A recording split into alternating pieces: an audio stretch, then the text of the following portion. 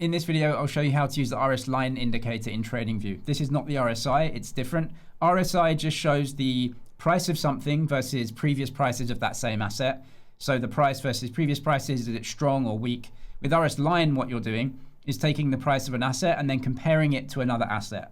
For the most part, what you'll do is take an asset and then compare it to some representative index. So if you're looking at US stocks, you'll probably be comparing that to the S&P 500 index.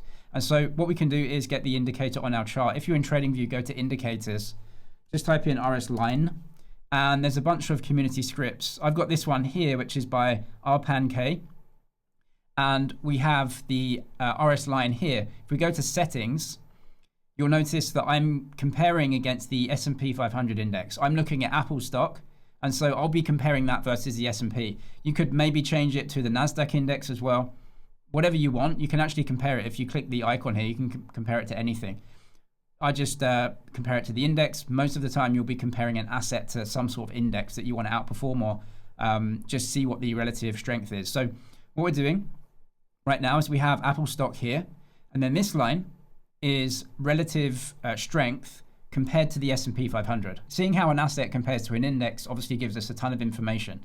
So for example, with Apple, for the most part, you would probably want Apple to be outperforming the index overall. And so there are areas where the RS line is going to show you that outperformance or maybe underperformance. So for example, if Apple is underperforming the S&P 500, that might be a good time to buy some Apple stock, because for the most part, you probably believe that Apple is going to be a strong performer over time.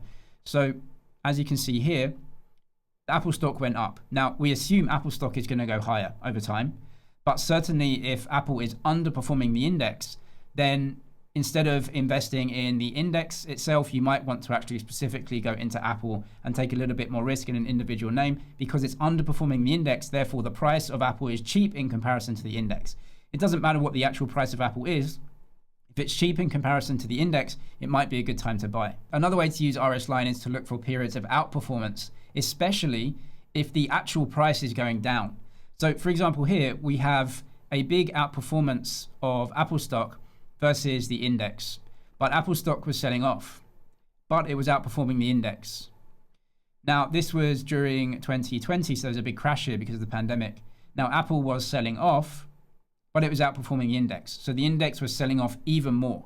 Now, if Apple is going down in price, but outperforming the index, that could also tell us that in the future, when the index recovers, then because we're outperforming here, we could also continue to outperform.